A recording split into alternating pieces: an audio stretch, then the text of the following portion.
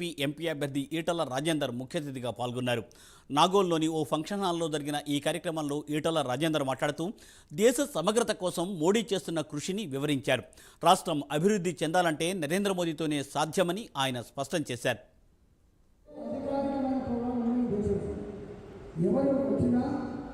ఎవరు వచ్చినా రిసీవర్ చేసుకుంటారు.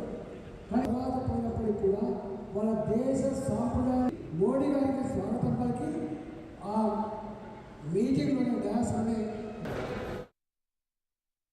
భారత సైన్యంలో ఉన్న వాళ్ళు కావచ్చు, మాజీ సైనికులుగా ఉన్నవాళ్ళు కావచ్చు, మోడీ గారి పట్ల అపారమైన గౌరవం పెరిగింది, నమ్మకం పెరిగింది. దేశ రక్షణ రంగంలో వారు తీసుకున్న నిర్ణయాలు కానీ, ఇవాళ నిధుల కేటాయింపుల్లో, మోడర్నైజేషన్ ఆఫ్ వెపన్స్లో ఇవాళ అనేక విప్లవాత్మకమైన మార్పులు వచ్చినాయి. అందువల్ల సైన్యంలో పనిచేసే వాళ్ళు కావచ్చు, మాజీ సైనికులు ఉన్నవాళ్ళు కావచ్చు, దేశం సురక్షితంగా సుభిక్షంగా అభివృద్ధి పథంలో నడవాలంటే ఇవాళ నరేంద్ర మోడీ గారే మళ్ళీ ప్రధానమంత్రి కావాలనేటువంటి సంకల్పం బలంగా ఉంది. కాబట్టే మొన్న రాజ్నాథ్ సింగ్ గారు వచ్చినప్పుడు 3000 మంది సైనిక కుటుంబాలతో సహా మద్దతు ఇవ్వడానికి వచ్చారు.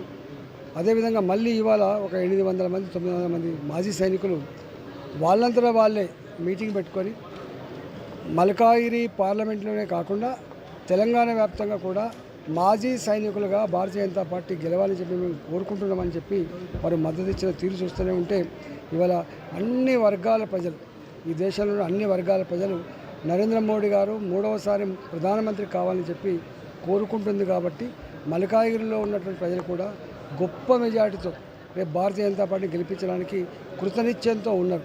వాళ్లకు ఇలా బీఆర్ఎస్ పార్టీ అది చతికిలపడ్డ పార్టీ, ఇవాళ కాంగ్రెస్ పార్టీ ఏమో దింపుడు కళ్ళంకాడి ఆశతో డబ్బు ఖర్చు పెట్టి మద్యం పంచి అధికార దుర్వినియోగానికి పాల్పడి కొన్ని ఓటు సంపాదించిన ప్రయత్నం చేస్తుంది.